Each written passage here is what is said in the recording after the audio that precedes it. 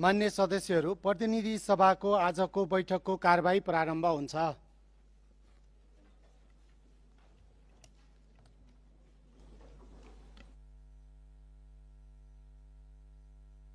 सम्माननीय प्रधानमन्त्रीज्यू, एकैछिन प्रधानमन्त्रीज्यूलाई म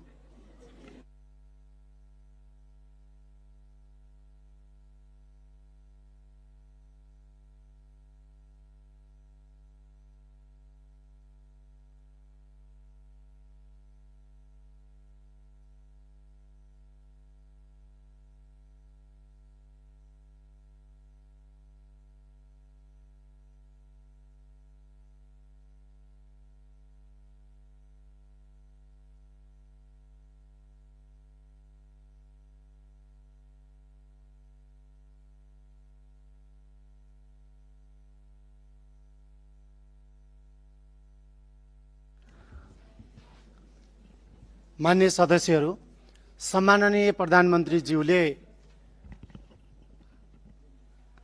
हात उठाउनु भएको हुनाले सम्माननीय प्रधानमन्त्रीज्यूलाई म रोस्टम प्रयोग गर्न अनुमति दिन्छु।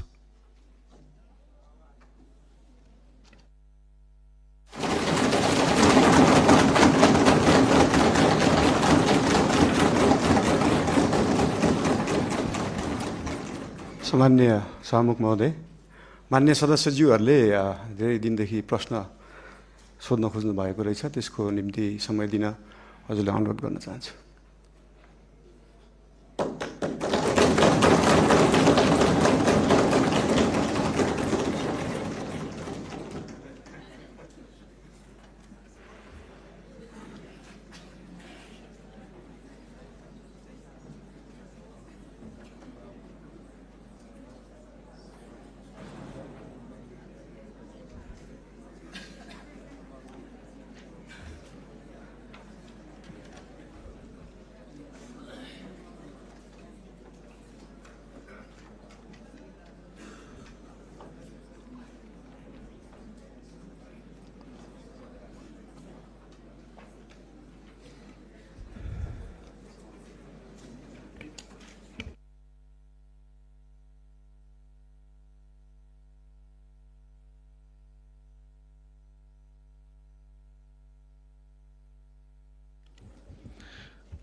मान्य सदस्यहरू, सम्माननीय प्रधानमन्त्रीज्यूले मान्य सदस्यहरूले लामो समयदेखि प्रश्न गर्न पाउनुपर्छ र प्रश्नको उत्तर सम्माननीय प्रधानमन्त्रीज्यूबाट सदनलाई दिनुपर्छ भन्ने मान्य सदस्यहरूको निरन्तरको मागलाई सम्बोधन गर्दै सम्माननीय प्रधानमन्त्रीज्यूले आज नै आफूले प्रश्नको उत्तर दिन तयारी भएको कुरा रोस्टमबाट उद्घोष गरिसक्नु भएको हुनाले म दलगत रूपमा सबै दललाई एउटा एउटा प्रश्न सोध्नको लागि समय निर्धारण गर्छु। म हरेक दलले 2 मिनेटभित्र के भयो मान्य सदस्य, मेरो भनाइ सक्न बाँकी नै छ, म यहाँलाई समय दिन्छु। सबै दललाई म 2 मिनेटको समय उपलब्ध गराउँछु र 2 मिनेटभित्र आफ्नो दलको तर्फबाट सम्माननीय प्रधानमन्त्रीज्यूलाई प्रश्न गरिदिनको लागि म जानकारी गराउँछु। सर्वप्रथम विपक्षी दल नेपाली कांग्रेसलाई आफ्नो प्रश्न राख्न 2 मिनेटभित्र सम्माननीय प्रधानमन्त्रीज्यूलाई प्रश्न राख्न समय दिन्छु।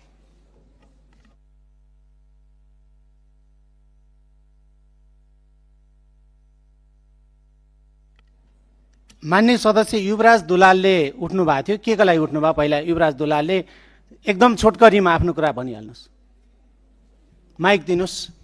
सम्माननीय प्रधानमन्त्रीज्यू, एकैछिन। सम्माननीय सभामुख महोदय, म फेरि आज एकपटक यो देशको संविधान र नियमावली मिचिएको यो दुःखद कुरा फेरि संसदलाई अवगत गराउन चाहन्छु।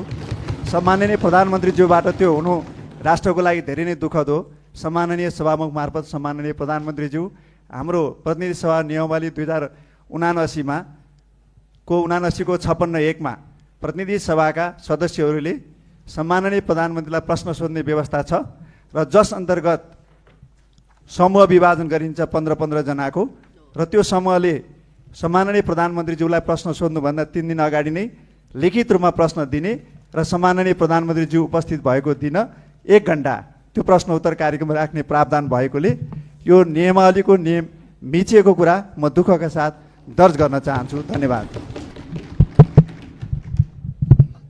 माननीय सदस्य ऐन महर 1 मिनटभित्र आफ्नो कुरा भनिहाल्नु। सम्माननीय सभामुख महोदय, सम्माननीय प्रधानमन्त्रीज्यू सदनमा आउने कुरा र सदनलाई सम्बोधन गर्न चाहने विषयप्रति म सम्मान व्यक्त गर्न चाहन्छु, धन्यवाद व्यक्त गर्न चाहन्छु र सँगसँगै म एउटा मेरो नियमापत्ति दर्ज गर्न चाहन्छु।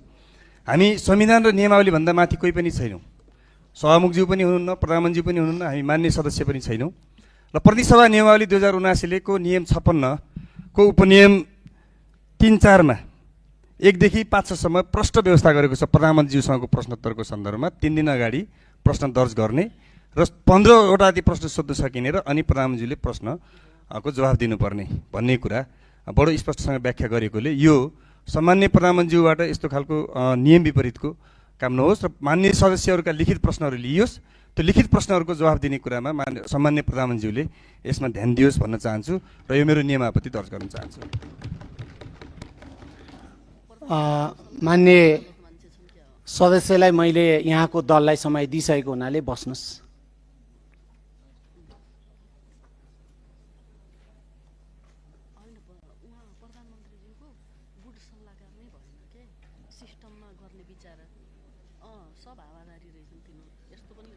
मान्य सदस्यहरूले नियमावलीको 56 को विषयमा कुरा उठाइरहनु भएको छ। मान्य सदस्यहरूलाई म नियमावलीको 56 नियम 56 एकचोटि पुनः हेर्नको लागि पनि अनुरोध गर्छु र सम्माननीय प्रधानमन्त्रीज्यूले सदनमा उपस्थित भएर प्रश्नको उत्तर दिनुपर्छ भनेर विशेष गरी विपक्षी बेन्चका मान्य सदस्यहरूले निरन्तर कुरा राखिरहनु भएको र यहाँहरूले सोध्ने प्रश्न भनेको सम्माननीय प्रधानमन्त्रीज्यूलाई नेपाल सरकारको तर्फबाट प्रधानमन्त्रीज्यूलाई प्रश्न सोध्ने नै होला। त्यो प्रश्न यहाँहरूसँग धेरै अगाडिदेखि प्रश्न सोध्न चाहनु भएको हुनाले त्यो प्रश्न तयारी नै होला। त्यसकारणले त्यो सामान्य प्रधानमन्त्रीज्यू रोस्टरमा उभिरहनु भएको छ र प्रश्नको उत्तर दिन तयारी हुनुभएको छ। त्यसकारणले हाम्रो नियमावलीले 3 दिन अगावै प्रश्न लिखित रूपमा सोध्नुपर्ने भनेर निर्धारण गरेको छैन। त्यसकारणले मान्य सदस्यहरूलाई यो ध्यान आकर्षण गराउन चाहन्छु र मान्य सदस्यहरू, मैले मान्य सदस्यको दललाई समय दिइसकेको छु, त्यसकारणले बस्नुहोस्। कुन नियमावलीको कुन नियम आपत्ति हो मान्य सदस्य?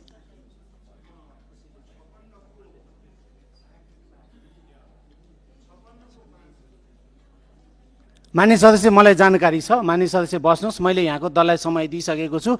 हामी प्रश्न उत्तरतिर जाउँ। मान्य सदस्यहरूलाई मैले विपक्षी दल सर्वप्रथम विपक्षी दल नेपाली कांग्रेसलाई मैले 2 मिनेटको समय दिएको छु।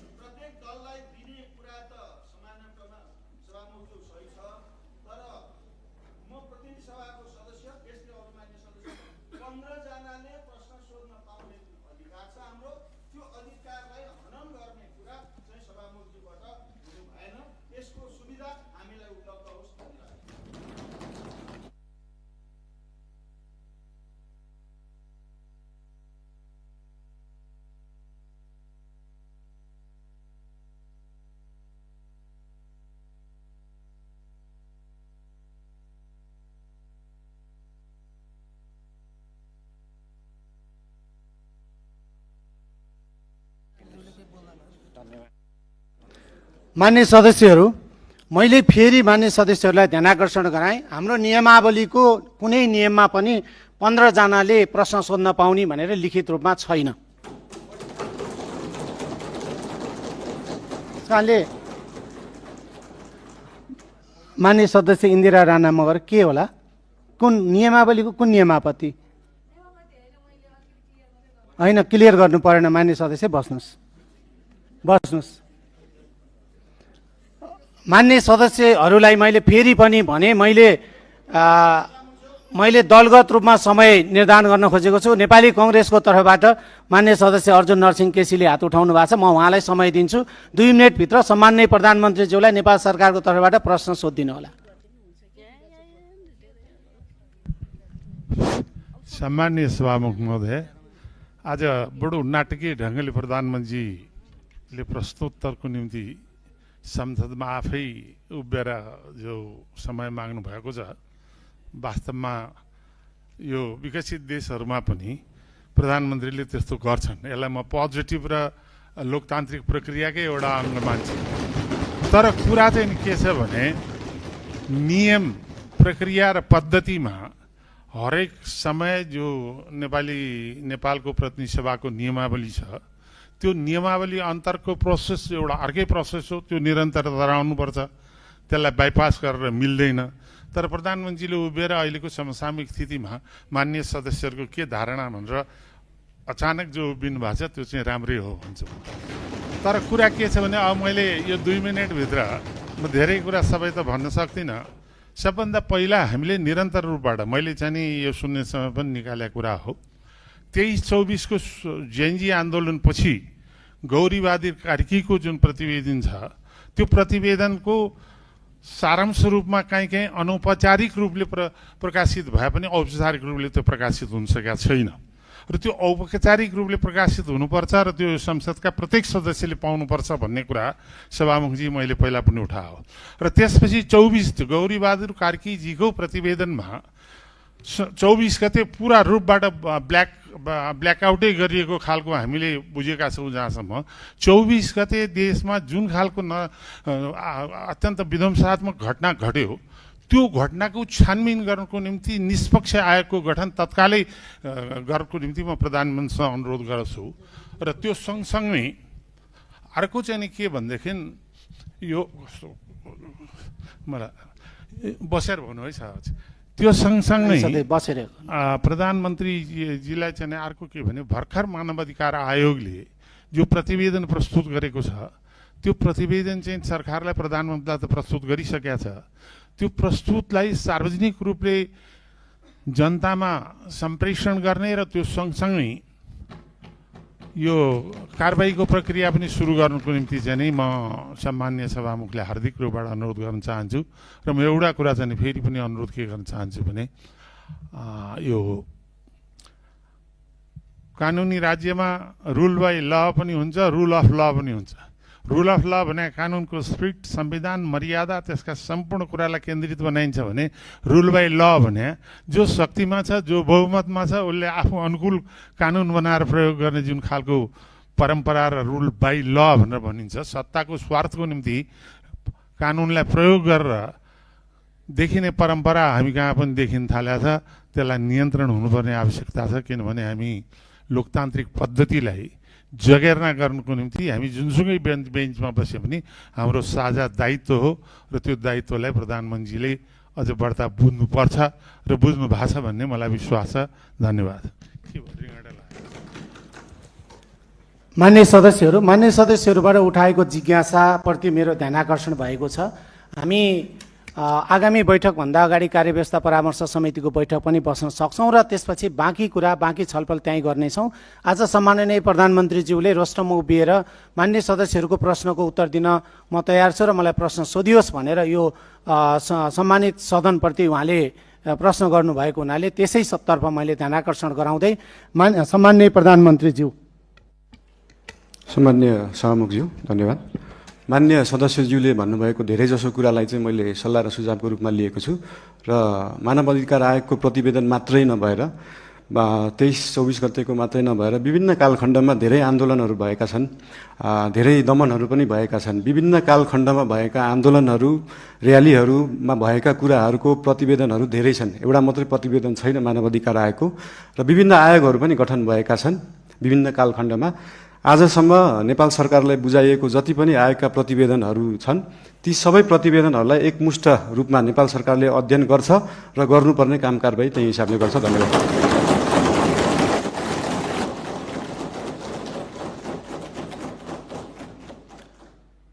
म विपक्षी बेन्चका नेकपा एमालेको तर्फबाट प्रश्न राख्न समय दिन्छु। समय 2 मिनट।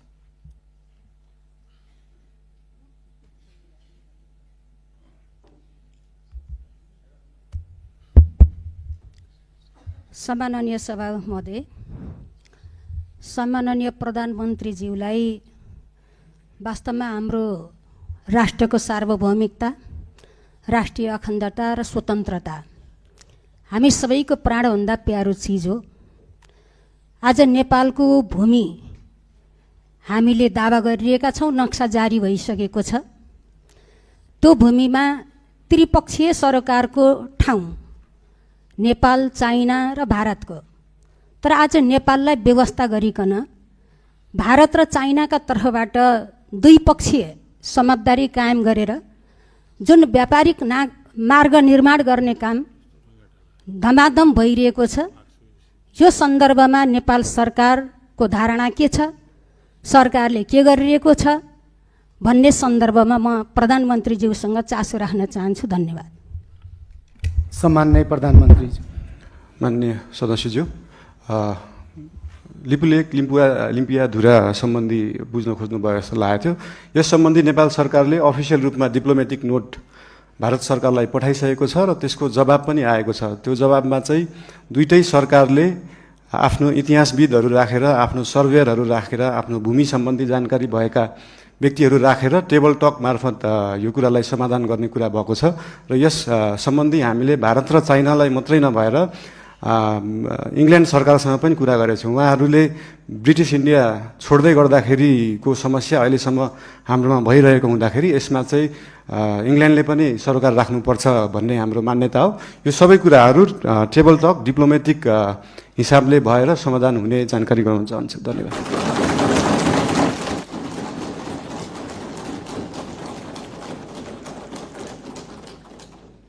मान्य सदस्यहरू, विपक्षी बेन्चकै तर्फबाट नेपाली कम्युनिस्ट पार्टीको तर्फबाट आफ्नो प्रश्न छ भने 2 मिनटभित्र प्रश्न राख्न समय दिन्छु।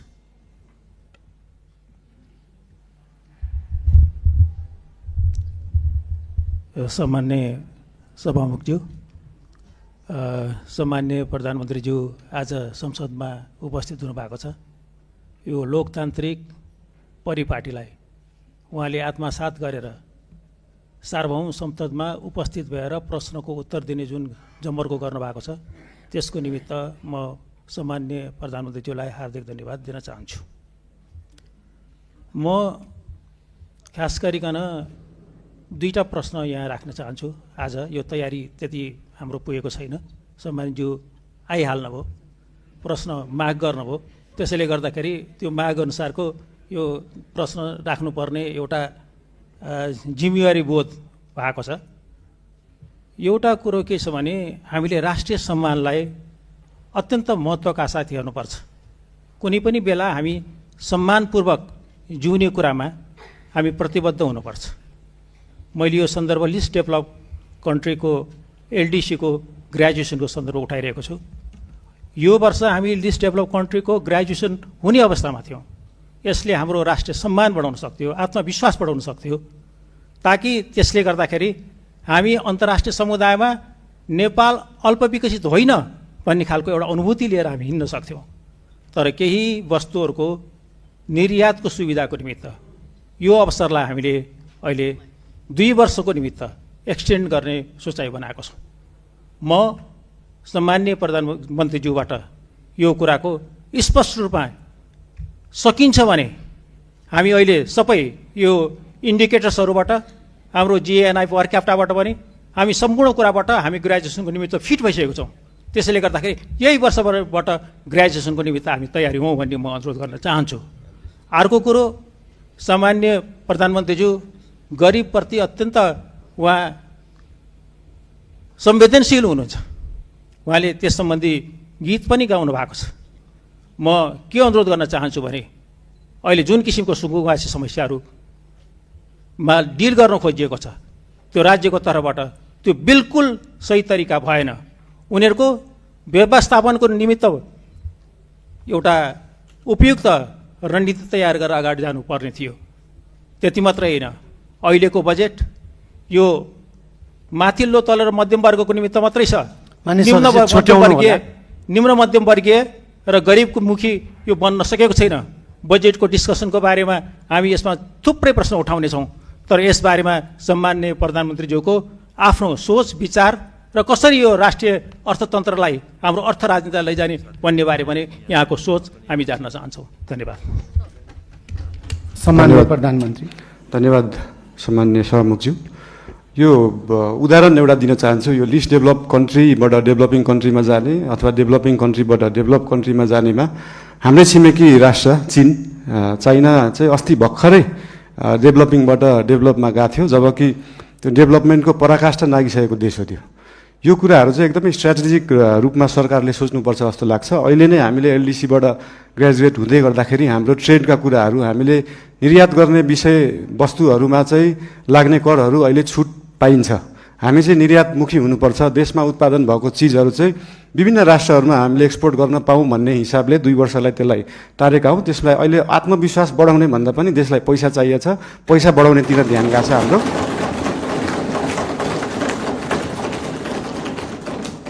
अनि गरिब विपन्नको कुरामा मैले पहिल्यैदेखि भन्दै आएको यो साम्यवाद समाजवाद भनेको भाषणमा दिन एकदम सहज हुन्छ, मजा पनि आउँछ। तर साँच्चीकै साम्यवाद साँच्चीकै समाजवाद गर्ने भने हाम्रो काठमाडौँ महानगरपालिकामा मेयर हुँदाखेरिको म उदाहरण दिन चाहन्छु। हामीले विपन्नलाई जुन प्राइभेट स्कुलमा 10% स्कलरसिप दिनुपर्छ त्यसलाई इक्जाम लिएरै एकदमै मजाले लागू गरेका थियौँ। त्यहाँ चाहिँ विपन्नले एकदमै महँगा कलेजहरूमा पढ्न पाए। साँच्चीकै समाजवाद भने त्यो हो।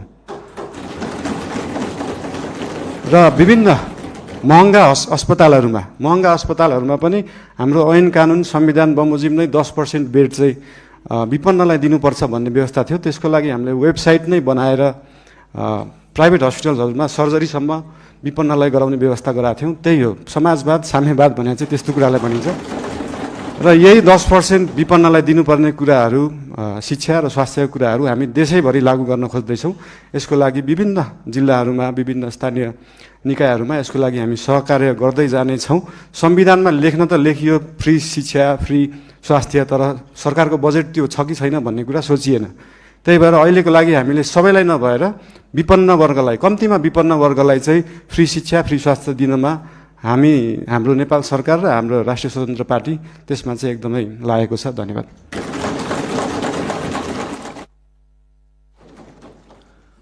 विपक्षी बेन्चकै तर्फबाट श्रम संस्कृति पार्टीको लागि म समय दिन्छु। 2 मिनटभित्र आफ्नो प्रश्न छ भने राख्नुहोस्। हेलो, सम्माननीय सभामुख महोदय, सम्माननीय प्रधानमन्त्रीज्यू, निकै लामो समय पछाडि आज प्रश्न गर्नु पाइयो। तर कता कता हामीले नियमहरूले अलिकति ख्याल गर्नुपर्छ होला भन्ने लाग्छ। विधि र विधिको शासन हामीले कायम गर्नुपर्छ भन्दै म यहाँ 3-4वटा प्रश्न राख्न चाहन्छु। सबैभन्दा पहिला सुकुम्बासी र यो अव्यवस्थित समस्या लामो समयदेखि चर्किँदै आएको यो व्यवस्थापन साँच्ची नै सामाजिक सञ्जालमा मात्र हुन्छ कि व्यवहारमा हुन्छ, यो कहिलेसम्म हुन्छ भन्न चाहन्छु। दोस्रो प्रश्न, नेपालमा सहकारीमा ठुलो घोटाला भयो, ठुलो तपाईँको समस्या उत्पन्न भयो, थुप्रै आन्दोलन भयो। यो जीवी राई भन्ने जस्तै जीवी राई लगायत अन्य चाहिँ थुप्रै सहकारी ठगीहरू गर्ने कहिले पक्राउ हुन्छ, स्पेसली जीवी राई। दोस्रोमा भदौको 23-24 को जेनजी आन्दोलन भएका घटनामा मानव अधिकारले तयार पारेको प्रतिवेदन लगायत भर्खरै मात्रै सम्माननीय प्रधानमन्त्रीज्यूले भन्नुभयो अन्य आन्दोलनहरूमा भएको जति पनि घटनाहरूलाई चाहिँ छानबिन गर्छौँ भन्नुभयो। यो कहिलेसम्म हामीले साँच्ची नै यसको चाहिँ यो घटना चाहिँ यसरी भएको छ भनेर चाहिँ परिणाममा देख्न सक्छौँ, त्यो प्रश्न गर्न चाहन्छु। र अर्को, कालोपानी लिपुलेक लिपिया धुराको समस्या निकै लामो समयदेखि चल्दै आएको छ र अन्य सीमामा थुप्रै समस्याहरू छन्। त्यो सीमामा चाहिँ कहिले सरकार छ भने सीमाका चाहिँ आम नागरिकहरूले अनुभूति गर्न सक्छन्, त्यो प्रश्न गर्न चाहन्छु। र मैले सम्माननीय प्रधानमन्त्रीजीको कार्यकक्षमा आएर यो बाँदर व्यवस्थापनको चाहिँ ठुलो जो हामीले चाहिँ 3टा उपायसहित सम्माननीय प्रधानमन्त्रीजीको कार्यकक्षमा आएर मैले लिखित रूपमा दिएका थिएँ। हामीले स्वाधीन र राष्ट्रवाद कुरा गरिरहँदाखेरि चाहिँ कृषि र किसान बिना हामीले स्वाधीन देश चाहिँ परिकल्पना गर्न सक्ने जस्तो मलाई लाग्दैन। यो बाँदर व्यवस्थापन कहिले हुन्छ भन्न चाहन्छु। यसमा श्रेष्ठ सबैजना लाग्नुपर्छ। यो हाँस्ने कुरा होइन, यो श्रेष्ठ कुरा छ, लाखौँ किसानसँग जोडिएको कुरा हो। हस्, धन्यवाद। बाँकी कुरा फेरि अब अर्कोमा गरौँला। र एउटा कुरो, यो चाहिँ नियमावलीको 56 को 15 जनाले कम्तीमा सोध्ने भने चाहिँ हाम्रो अरू साथीले पनि सोध्न चाहनुहुन्छ होला। सभामुख महोदय, यो नियमावलीले चाहिँ कार्यान्वयन गर्नुपर्छ होला। धन्यवाद। सम्माननीय प्रधानमन्त्री, सामान्य सभामुख महोदय, यो सुकुम्बासीको विषयमा धेरै कुराहरू आएका छन्। हामीले काठमाडौँ उपत्यकामा रहेका खोला किनारमा जुन एकदमै जोखिमपूर्ण अवस्थामा बस्नु भएको थियो, उहाँहरूलाई चाहिँ अर्को ठाउँ सार्ने काम गरेको हो। हामीले उहाँहरूलाई त्यो हेर्दाखेरि, तपाईँहरूले हेर्दाखेरि त्यो खेदाको अवस्था देखे पनि यो 4 वर्ष अगाडिदेखि नै म स्थानीय सरकारमा हुँदा नै सङ्घ सरकारलाई भनेको कुरा चाहिँ के थियो भन्दाखेरि उहाँहरूलाई त्यहाँबाट स्थानान्तरण गरेर होल्डिङ सेन्टरमा राखेर जो सहीमा सुकुम्बासी हुनुहुन्छ, जसको चाहिँ देशभरि कतै पनि एक दूर जग्गा पनि छैन, एक आना जग्गा पनि छैन, उहाँहरूलाई चाहिँ त्यो जग्गाको व्यवस्थापन नेपाल सरकारले गर्नुपर्छ। त्यो हाम्रो सरकारको र हाम्रो पार्टीको मान्यता हो, त्यो उहाँहरूले पाउनै पर्छ।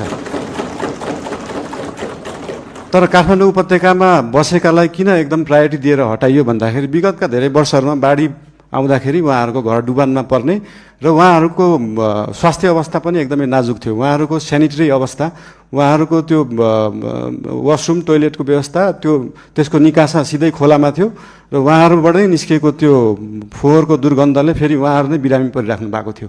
त्यसले गर्दाखेरि उहाँहरू बिरामी पनि परिराख्नु भएको थियो, खोला फोहोर पनि भइरहेको थियो र त्योभन्दा सबैभन्दा ठुलो कुरा चाहिँ उहाँहरूको ज्यान जोखिममा थियो। उहाँहरूको ज्यान जोखिमबाट जोगाउने काम गरेको हो नेपाल सरकारले। र जहाँसम्म उहाँहरूलाई जग्गा व्यवस्थापन गर्ने कुरा छ त्यसको निम्ति भूमि सम्बन्धी हाम्रो समिति पनि बनिसकेको छ। हाम्रो मन्त्रालयले काम गरिरहेको छ, 2-3 मन्त्रालयले यो विषयमा काम गरिरहेको छ। अस्ति अर्थमन्त्रीज्यूले पनि यही आर्थिक वर्षभित्र हामी यो गर्छौँ भन्नुभएको छ। यसको लागि जति समय लाग्छ त्यति समय लाग्छ, हतार गरेर हुँदैन। यो चिजलाई चाहिँ जति समय लाग्छ, 35 वर्षमा नभएको चिज 35 मिनटमै नखोजौँ, त्यसलाई अलिअलि केही समय लाग्छ। र लिपुलेक लिम्पियाधुराको बारेमा उहाँले सोध्नुभयो, अघि पनि भनिसकेँ। यो चाहिँ डिप्लोमेटिक रूपमा टेबल टक, तपाईँहरूलाई एउटा कुरा अचम्म लाग्छ होला, मैले पनि अस्ति प्रधानमन्त्री भएपछि नै थाहा पाएँ, भारतले नेपालको जग्गा मात्र होइन, नेपालले पनि भारतको जग्गा धेरै ठाउँमा मिचेको रहेछ। अनि यो कुरा चाहिँ अस्ति भर्खरै थाहा पायो। त्यही भएर दुईटै देशले अध्ययन गरेर हामीले मिचेको छौँ, उहाँहरूले मिच्नु भएको छ, के छ त्यसलाई चाहिँ बसेर एउटा साथीको रूपमा समाधान गर्ने चाहिँ हामीले सोच राखेका छौँ। धन्यवाद। सहकारीको विषयमा पनि सोध्नु भएको थियो। सहकारीको विषयमा पनि अहिले एउटा कोष खडा गरेको छ र बाहिर न्युजमा आए जस्तो नेपाल सरकारको पैसा गएको मात्रै जस्तो देखिन्छ। हामीले सहकारीबाट उठाएको पनि पैसा छ। अस्ति लास्ट विकको रिपोर्ट हेर्दाखेरि 3 करोड जस्तो सहकारीबाट उठाइएको थियो, 50-60 लाख जस्तो दिएको थियो। यसको मतलब सरकारको पैसा गइरहेको होइन, हामीले सहकारीहरूबाट उठाएरै उहाँहरू पीडितहरूलाई पैसा बाँड्ने हो। त्यसमा कुनै पनि कन्फ्युजन नराख्न अनुरोध गर्न चाहन्छु। धन्यवाद।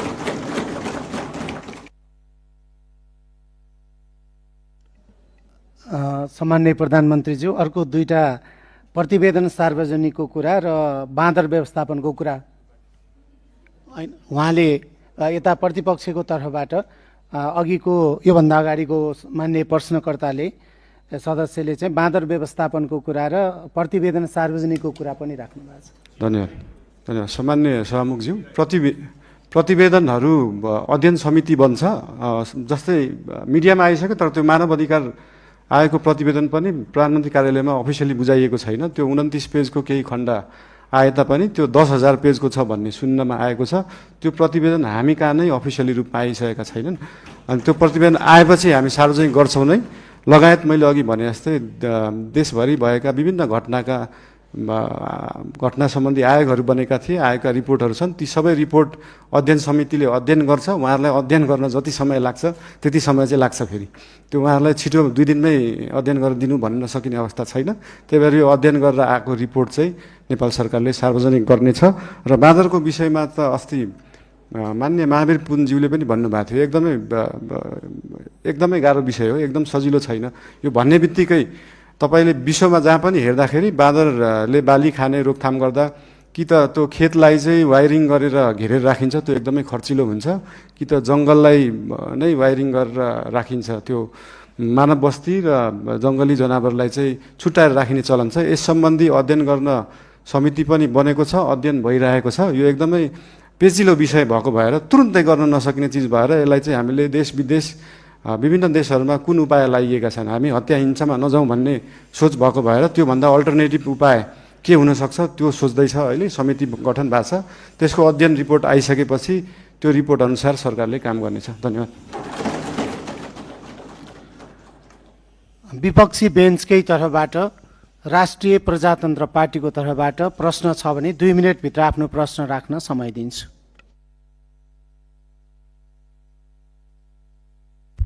सम्माननीय सभामुख महोदय, सम्माननीय प्रधानमन्त्रीज्यू, हालैका दिनमा धेरै नेपाली नागरिकहरूलाई भिजिट भिजाको नाममा गल्फ तथा अन्य मुलुकहरूमा लैजाने क्रम रोकिएको छैन। यसरी भिजिट भिजाको दुरुपयोग मार्फत श्रम शोषण, मानव बेचबिखन अवस्था सृजना भइरहेको विषय गम्भीर रूपमा उठिरहेको छ। मैले यस विषयलाई संसदमा समेत उठाउँदै हजारौं नेपाली नागरिकहरू विभिन्न बहानामा विदेश पुर्याउने र शोषणको चक्रमा फसाइने अवस्था रहेको कुरा उल्लेख गरेको नै थिए। यस सन्दर्भमा सरकारसँग मेरो प्रश्न छ, भिजिट भिजाको नाममा हुने यस प्रकारको अवैध श्रम आप्रवासन र मानव तस्करी नियन्त्रण गर्न सरकारसँग के कस्तो ठोस योजना छ?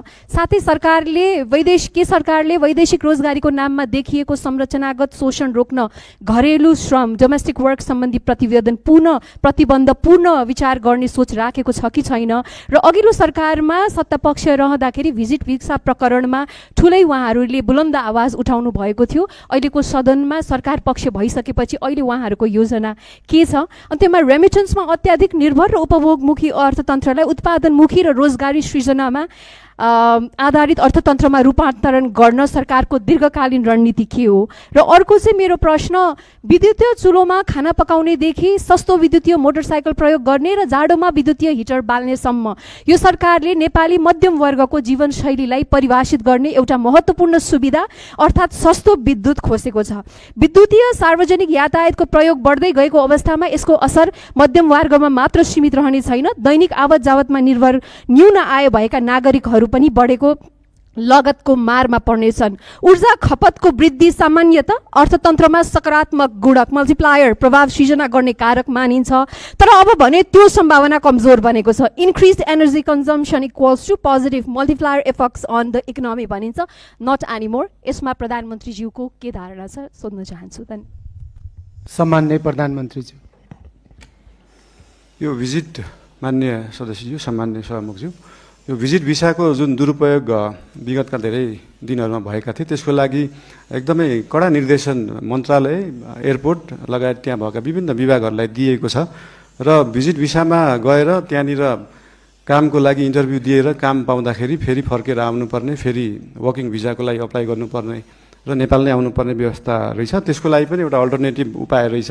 भिजिट भिसामा गएर उहाँहरूले त्यहाँनिर काम गर्न खोज्नु भएको छ भने त्यसलाई वर्किङ भिजामा उतै बसेर पनि कन्भर्ट गर्न सकिन्छ। यसको लागि श्रम मन्त्रालयले विभिन्न क्षेत्रहरूलाई समेटेर यसको व्यवस्थापनको लागि काम गरिरहेको छ। यस विषयमा थप केही जानकारी चाहिएमा श्रम मन्त्रीज्यूसँग पनि लिन सकिन्छ, श्रम मन्त्रालयसँग पनि लिन सकिन्छ नै। र विद्युतको विषयमा अघि भन्नुभयो, देशभरि जुन हिटर, इन्डक्सन अहिले चाहिँ के छ भन्दाखेरि साँच्चीकै हामी अहिले विद्युतीय युगमा तुरुन्तै जान सकिने अवस्था छैन। साँच्चीकै देशका हरेक किचनमा अहिले नै बिजुलीबाट पकाउने, इन्डक्सन कुकरबाट पकाउने हो भने देशमा भएका सबै ट्रान्सफर्मर र सबस्टेसन पड्किन्छन्। त्यसको क्षमता नै छैन अहिले। त्यो क्षमतालाई विकास गर्नलाई पैसा चाहिन्छ र त्यही पैसाको लागि 50 युनिटभन्दा माथि चाहिँ 5% भ्याट लाउने कुरा जुन अर्थमन्त्रीज्यूले अस्ति कुरा गर्नुभएको छ त्यो एकदमै धेरै रकम होइन, 100 रुपियाँमा 5 रुपियाँ हो। त्यो पैसा चाहिँ केमा खर्च हुन्छ भन्दाखेरि देशभरि ट्रान्सफर्मरलाई अपग्रेड गर्नुपर्छ, देशभरि ट्रान्समिसन लाइनको तारको मोटाइलाई अपग्रेड गर्नुपर्छ, सबस्टेसनहरू अपग्रेड गर्नुपर्छ, अनि बल्ल हामी साँच्चीकै विद्युतीय युगमा जान सक्छौँ। त्यसको लागि नेपाल सरकार अग्रसर छ। धन्यवाद।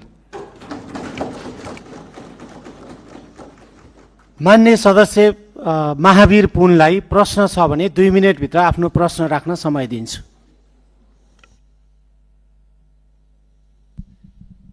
धन्यवाद सभामुख महोदय। प्रश्न त थिएन, अब बनाइयो।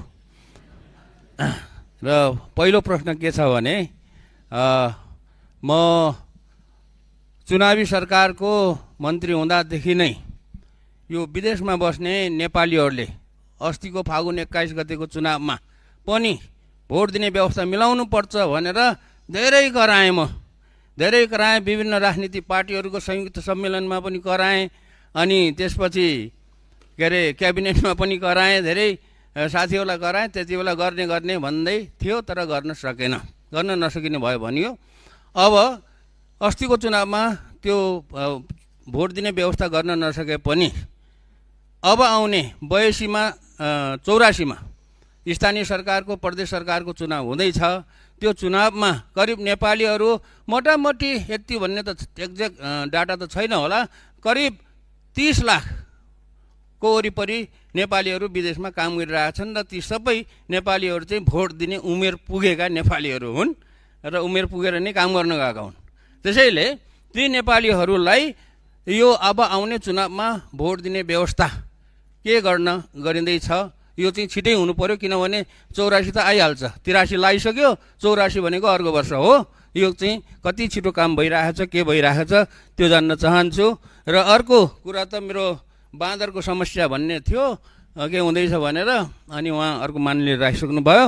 र एउटा कुरा के छ भने यो चाहिँ कम्प्लेन पनि हो, गर्नुपर्ने कुरा चाहिँ के छ त भन्दाखेरि स्थानीय तहमा चाहिँ राजस्व सङ्कलन गर्ने महालेखा नियन्त्रक कार्यालयबाट सूत्र रेभेन्यू भन्ने चाहिँ एउटा सफ्टवेयर राखेको रहेछ। त्यो सफ्टवेयरको धेरै कम्प्लेन आयो अनि जनताहरूले चाहिँ समयमा चाहिँ पाउन सकेनन्, सेवा पाउन सकेनन्। कहिले के बिग्रियो भन्छ अरे, कहिले के बिग्रियो, कहिले सर्भर डाउन इत्यादि गर्दाखेरि यो चाहिँ धेरै के अरे पालिकाहरूबाट मलाई कम्प्लेन आएको हुनाले यो कुरा सुनाइदिनु भनेको हो। त्यो कुरामा पनि के हुँदैछ, साँच्चीकै भएर कम्प्लेन आएको हो अथवा नभएर कम्प्लेन आएको हो, त्यो कुरा पनि जानकारी दिनु पर्यो। धन्यवाद।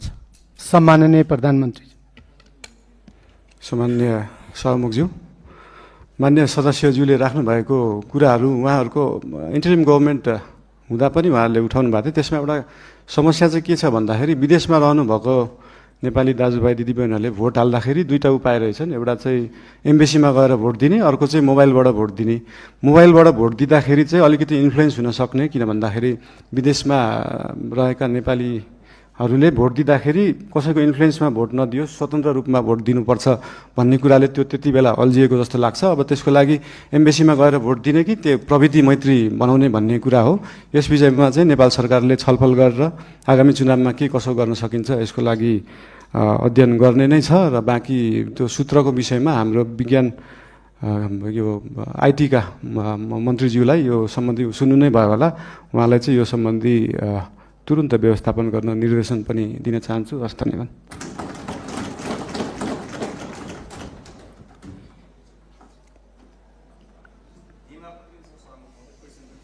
मान्य सदस्य एकछिन बस्नुहोस्, मैले काम बाँकी नै छ। मान्य सदस्य एकछिन बस्नुहोस्, मैले सत्तापक्षलाई समय दिन बाँकी नै छ। पछाडि पनि मान्य सदस्य एकछिन बस्नुहोस्, मैले सत्तापक्षलाई समय दिन बाँकी नै छ। सम्माननीय प्रधानमन्त्रीज्यूलाई प्रश्न उत्तर कार्यक्रम भइरहेको हुनाले सत्तापक्षको तर्फबाट राष्ट्रिय स्वतन्त्र पार्टीलाई आफ्नो दलको तर्फबाट 2 मिनेटभित्र प्रश्न छ भने प्रश्न गर्न समय दिन्छु।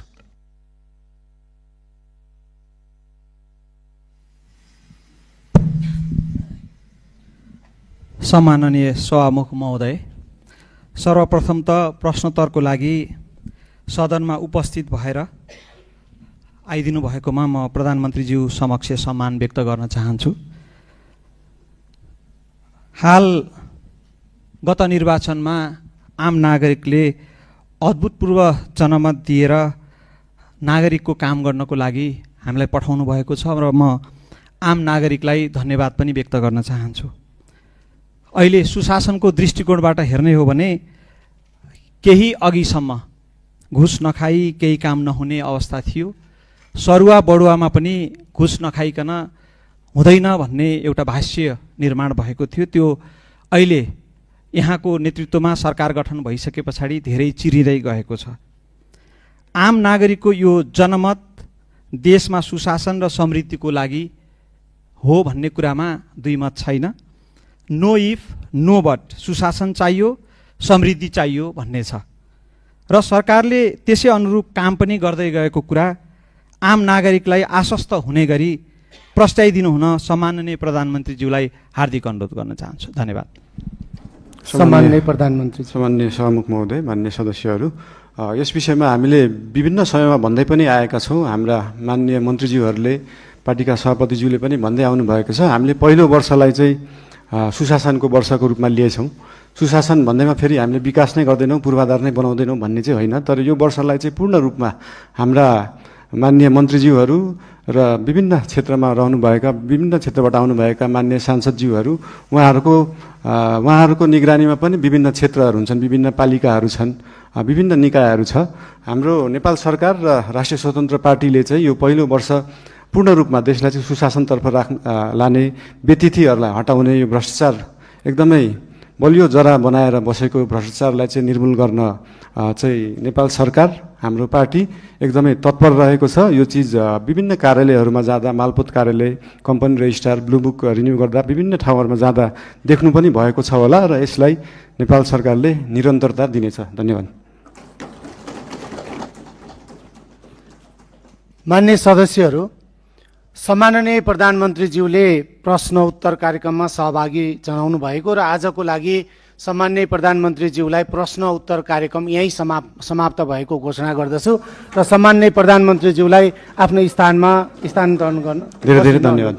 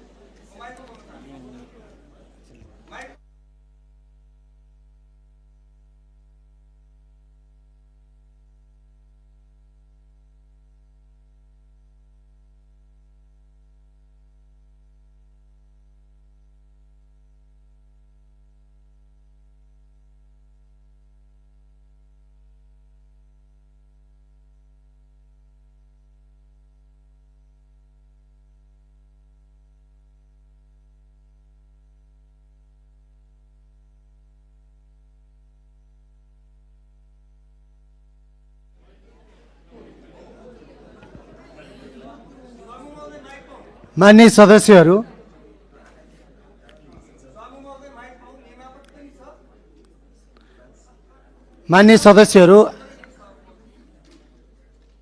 मैले केही बेर अगाडि पनि जानकारी गराएँ। सम्माननीय प्रधानमन्त्रीज्यू आकस्मिक आउनुभयो र उहाँले प्रश्न गर्ने र म प्रश्नको उत्तर दिन तयार छु भनेर रोस्टममा समय मागिसके पछाडि सम्माननीय प्रधानमन्त्रीज्यूलाई मैले समय दिएँ र मान्य सदस्यहरूलाई म गम्भीर ध्यान आकर्षण गराउन चाहन्छु। मान्य सदस्यहरूलाई मैले सभामुखले बोलिरहेको बेलामा सभामुखले आफ्नो कुरा टुङ्ग्याउँदै नटुङ्ग्याइकन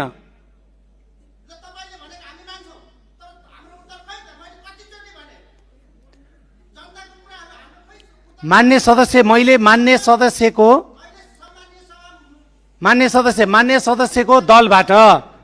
सदस्यको दलबाट प्रश्न गरेर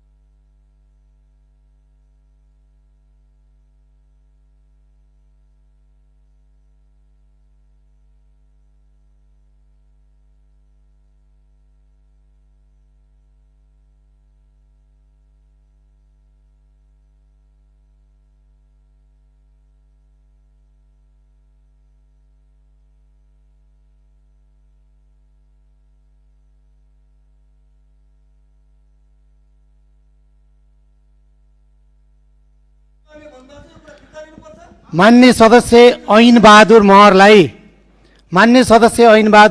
मैले पटक पटक सभामुखले आफ्नो कुरा राख्दै गरेको हुनाले बस्न पनि अनुरोध र उहाँलाई मैले समय पनि दिएको छैन र उहाँलाई मैले माइक पनि दिएको छैन। त्यसकारणले मान्य सदस्यले पटक पटक बैठकमा मर्यादा विपरीत कार्य गरिरहेको विषयमा मेरो ध्यानाकर्षण भएको छ। त्यसै गरी मान्य सदस्य ध्रुवराज राईलाई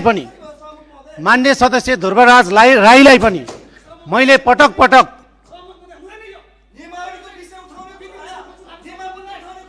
मान्य सदस्य आरएन राईप्रति पनि मेरो ध्यानाकर्षण भएको छ।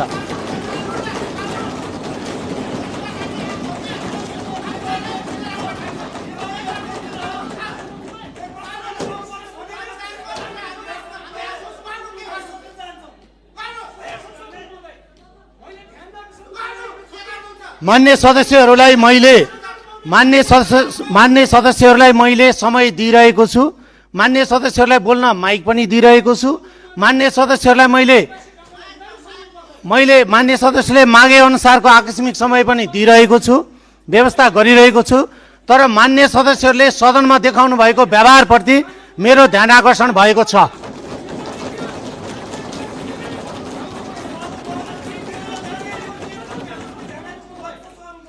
मान्य सदस्यहरूलाई आफ्नो भाषा सुधार्नको लागि म ध्यानाकर्षण गराउँछु।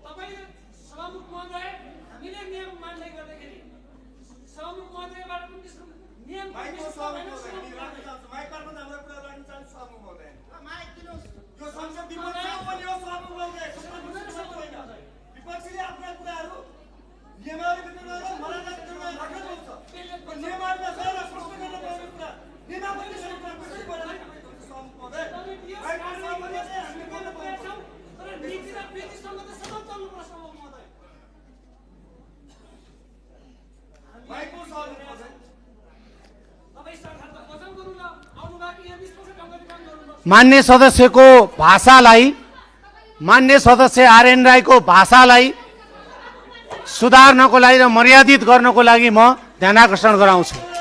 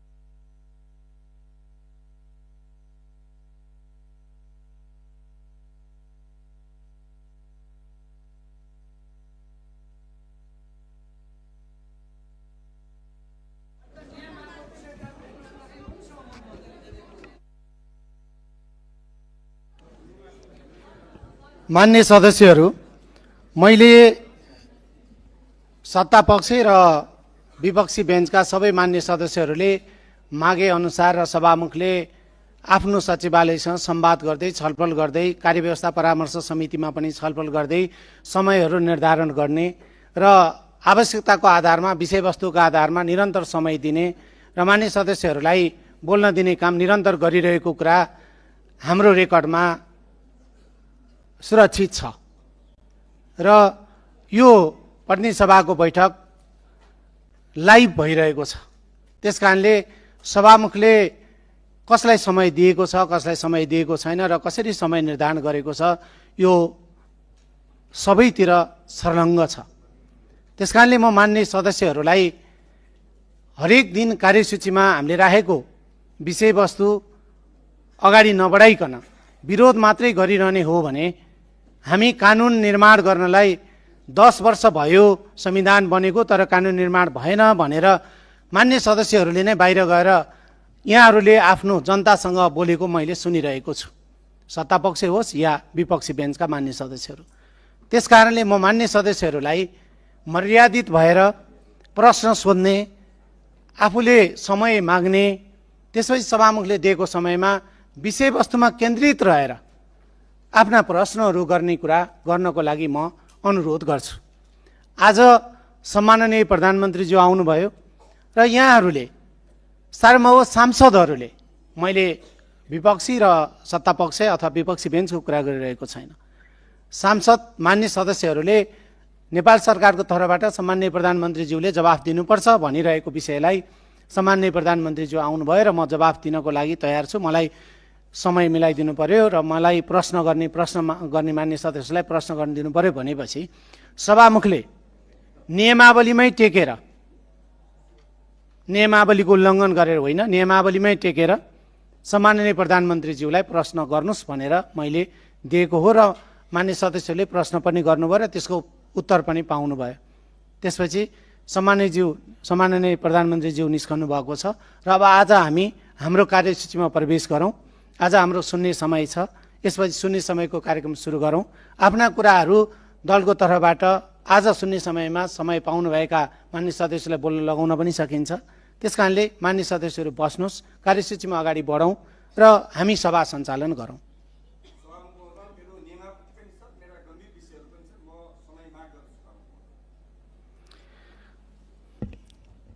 मान्य सदस्य गुरु बरालले केही बेर अगाडिदेखि हात उठाइरहनु भएको हुनाले म मान्य सदस्य गुरु बराललाई आफ्नो कुरा राख्न समय दिन्छु। छोटकरीमा आफ्नो कुरा राख्नुहोस्।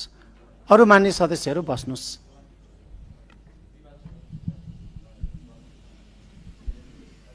समय मैले माग गरेको छु सभामुख महोदय।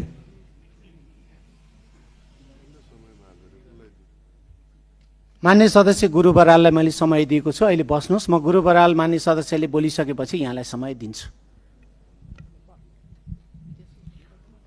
सम्मान्य सभामुख महोदय, प्रतिनिधि सभा नियमावलीको परिच्छेद 9 जसले 56, 57, 58, 59 र 60 मा स्पष्टसँगले प्रधानमन्त्रीसँग प्रत्यक्ष प्रश्न उत्तरको व्यवस्था गरेको छ। यो भित्र 56 ले प्रत्यक्ष प्रश्न गर्न सकिनेदेखि लिएर 57 ले प्रत्यक्ष प्रसारण गर्ने कुरा हुँदै 58 ले जानकारी गराउनु पर्ने, 59 ले प्रश्न सम्बन्धी शर्त लागू हुने र 60 ले छलफल नगरिने सम्मको व्यवस्था यसमा छ। सभामुख महोदय, आज जे चिज हजुरबाट यहाँ रुलिङ भयो यो विषय अत्यन्त यो नियमावलीको व्यवस्थासँग मेल खाँदैन। सभामुख महोदय, प्रधानमन्त्रीजी आउनुभयो, आफ्नो कुरा ध्यानाकर्षण गराउनु भयो, यो उहाँको कुरा ठिक होला, त्यसप्रति हाम्रो आपत्ति छैन। तर म स्वयं प्रतिनिधि सभाको सदस्यले प्रश्न गर्न पाउने जुन यो नियमावलीले दिएको अधिकार छ, यस्तै अरू मान्य सदस्यहरूको पनि अधिकार छ। यो अधिकारलाई भने यहाँ हनन भएको छ र सभामुख महोदयले यो परिच्छेद 9 को सम्पूर्ण व्यवस्थालाई प्रबन्ध नगरिकन आज जसरी हाउसमा प्रश्न उत्तरको विषयलाई अगाडि सार्नुभयो, यो विषयमा सभामुखज्यूले एकपल्ट यसको अध्ययन गरेर प्रष्ट रुलिङ गर्नु पर्यो। हजुरले जे चलन चलाइदिनुहुन्छ चलन त्यही चल्छ। यो प्रतिनिधि सभामा पहिलो पटक प्रधानमन्त्रीज्यूमा आउनु भएको छ। यो नियमावलीले जे आदेश दिएको छ, जे नियमन गरेको छ, त्यस अनुरूप गरिदिन र त्यस अनुरूप सञ्चालन गरिदिन, विधि चलाइदिन म हार्दिक अनुरोध गर्छु। धन्यवाद। मान्य सदस्य ऐन बहादुर महर एकैछिन बस्नुहोस्। मान्य सदस्य आर्यन राईलाई म पहिला समय दिन्छु। मान्य सदस्य आर्यन राईले बोल्नुहुन्छ अथवा मान्य सदस्य ध्रुवराज राईले बोल्नुहुन्छ? म बोल्न चाहन्छु। म बोल्छु एक मिनेट ल।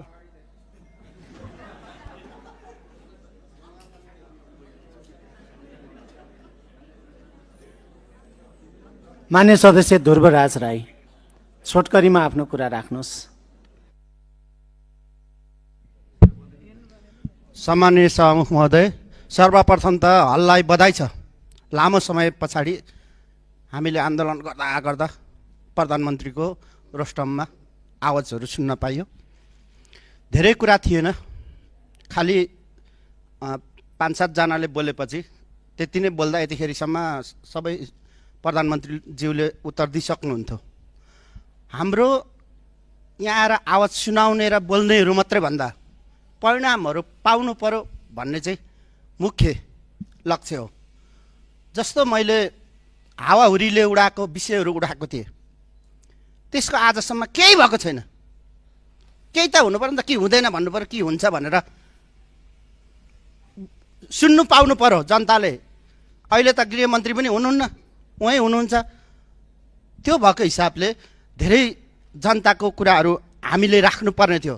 छापामार स्टालले आउनुभयो, लु मलाई सोध। अनि त्यहाँदेखि कतिजनाले सोध्ने, नियमावलीमा 15 जनाले छ, 5 जना 6 जनाले सोध्ने भन्ने हिसाबले सदन चलो। हामीले माइक पाउन हजुर भनेर सभामुखज्यूलाई यसो अनुरोध गरेको थियौँ। यहाँ चाहिँ तपाईँ अनेक ढङ्गबाट अरू साथीहरूलाई समेत इरिटेट हुने खालको हाम्रो गतिविधिहरू भइरहेको छ। यो विश्वले हेरिरहेको छ, हामीले राम्रो गरिरहेको छैनौँ सभामुख महोदय। यति मैले भनिरहँदा म फेरि पनि अनुरोध गर्न चाहन्छु, आगामी बैठकहरू, आगामी सदनहरू हामीले सञ्चालन गर्दाखेरि कम्तीमा नियमावलीभित्र बसेर चलौँ र यो देश निर्माण गर्नका लागि 2/3 नजिकको मतहरू प्राप्त गर्नुभएको होला। यदि दम्बहरू देखाउनको लागि भने त हिजै काफी थियो। त्यसो भएको हुनाले सबैजना सम्मानित भएर अगाडि बढ्न म अनुरोध गर्न चाहन्छु हाम्रो दलको तर्फबाट। धन्यवाद। मान्य सदस्य ऐनबहादुर महर, छोटकरीमा आफ्नो कुरा राख्नुहोस्। धन्यवाद सभामुख महोदय। आज सदनमा प्रधानमन्त्री उपस्थित हुने कुरा यो स्वागतयोग्य छ, म धन्यवाद भन्न चाहन्छु। तर म स्पष्ट पार्न चाहन्छु, हामीले प्रधानमन्त्रीको अनुहार हेर्न बोलाएका होइन, माग गरिएको होइन। यो प्रतिसभा नियमावली बमोजिम, जनताको माग बमोजिम र संविधान बमोजिम प्रधानमन्त्री आउनुपर्छ भनेर हामीले हाम्रा कुरा राखेका थियौँ। दोस्रो कुरा, प्रधानमन्त्री अकस्मात आउनुभयो, जसरी भए पनि आउनुभयो। मैले अघि पनि फेरि पनि स्वागत गरिसकेँ। तर मैले दोहोऱ्याउन चाहन्छु, कोही पनि मान्छे संविधान र नियम प्रतिसभा नियमावलीभन्दा माथि छैन। न सभामुख हुनुहुन्छ, न हामी मान्य सदस्य छौँ, न प्रधानमन्त्री हुनुहुन्छ, न मन्त्रीहरू हुनुहुन्छ। सबै मानिसहरू प्रतिसभा नियमावलीको मातहतमा रहेर, त्यसको अधीनमा रहेर हामी आफ्ना काम कारबाहीहरू, आफ्ना जिम्मेवारीहरू पुरा गर्नुपर्छ भन्ने लाग्छ। प्रतिसभा नियमावलीले स्पष्ट रूपमा व्यवस्था गरेको छ। परिच्छेद 9 को प्रधानमन्त्रीसँग प्रत्यक्ष प्रश्नोत्तर भन्ने व्यवस्था गरिएको छ। त्यसको नियम 56, 57, 58 र 59 मा चाहिँ प्रधानमन्त्रीसँग कसरी प्रश्नोत्तर गर्ने, कति प्रश्न गर्ने, कहिले चाहिँ गर्ने भन्ने विषयमा बडो स्पष्टसँग व्याख्या गरिएको छ। 3 दिन अगावै प्रधानमन्त्री आउने कुराको जानकारी हुनुपर्छ र प्रश्न लिनु पर्दछ। त्यो कुरा प्रतिसभा नियमावलीमा स्पष्ट व्याख्या गरेको छ। 58 नियम 58 मा म सभामुख महोदयको ध्यान आकर्षण गराउन चाहन्छु। दोस्रो कुरा, 15 जनासम्म इन्डिभिजुअल्ली प्रत्येक सांसदले दलगत रूपमा होइन